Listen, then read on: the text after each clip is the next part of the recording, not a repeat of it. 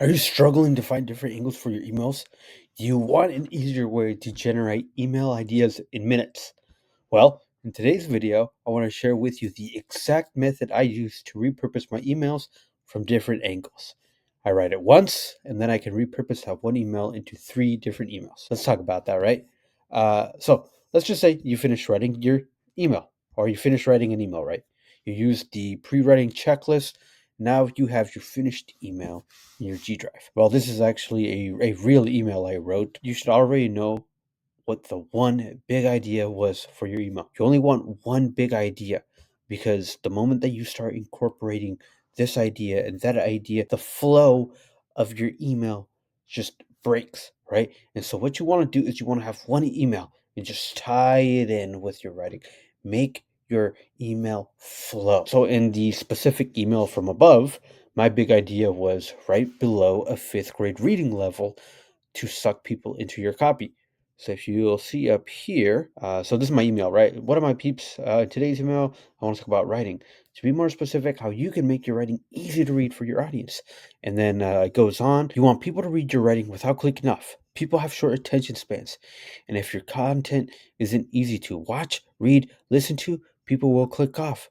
Think about it. Would you rather read this and then this I just kind of copied and paste some big old long, boring paragraph, or this, and then I gave an example. And so then I kind of ended off by saying, so if you're writing for social media, always make your writing easy to read. And then I offered the solution of using the Hemingway app, which is what I use to kind of simplify my writing. And so throughout all this, I kind of shared a personal story. I shared how when I was writing for school, I'd write the most boring papers because I wanted to hit that word mark. I didn't realize, obviously, that I was making my writing super boring, right? And so you want to write below a fifth grade reading level to suck people into your copy. So that's kind of the big idea that I was wanting to get across, and I delivered that value by sharing a personal story of mine. That was one angle. Well, in a future email, my big idea can still be the same. But this time, I'm going to use a different angle. This time, I want to use a statistic. So, right, I have my email.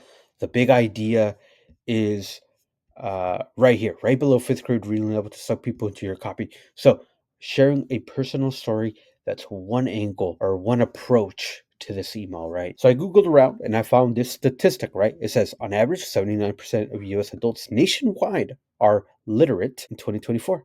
21% of adults in the US are illiterate in 2024. And this is the one that really caught my eye. 54% of adults have literacy below a sixth grade level. 20% are below a fifth grade level. Boom! We found a new angle to write about the same big idea from before. And now this can be a brand new email. So, what we want to do is we want to tie this statistic into our email about making our writing no higher than a fifth grade reading level, right? It's the same big idea, but it's just a different angle. So in this email, I'd still keep that same big idea, right, of making your writing easy to read. But this time, instead of sharing a personal story, I'm going to plug in this statistic and talk about that in my email, right? So that's a different angle. Okay, let's do it again. So here we have a quote. I already shared a personal story. I found a statistic that I can tie my email, and now I can use this quote and tie that quote into my email. So now it's going to be a different angle. So here's the quote, right? It says, this is from one of the copywriting legends, David Ogilvy. So he says, I don't know the rules of grammar. If you're trying to persuade people to do something or buy something, it seems to me you should use their language. Again, we found a new angle to write about the same big idea. You see what I'm talking about here? Like the big idea is still the same.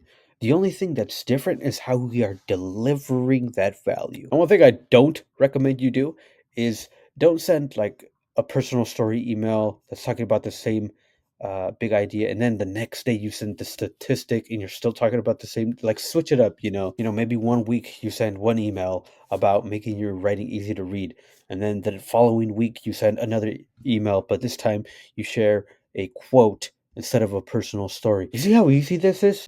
Don't think that you have to start every email from scratch every time you write. I used to do that, but there's a better way. a smarter way. The smarter way is learning to repurpose your content and making it better every time. This is how you're going to continue to refine your thoughts. And it's also how you're never going to run out of stuff to talk about in your emails.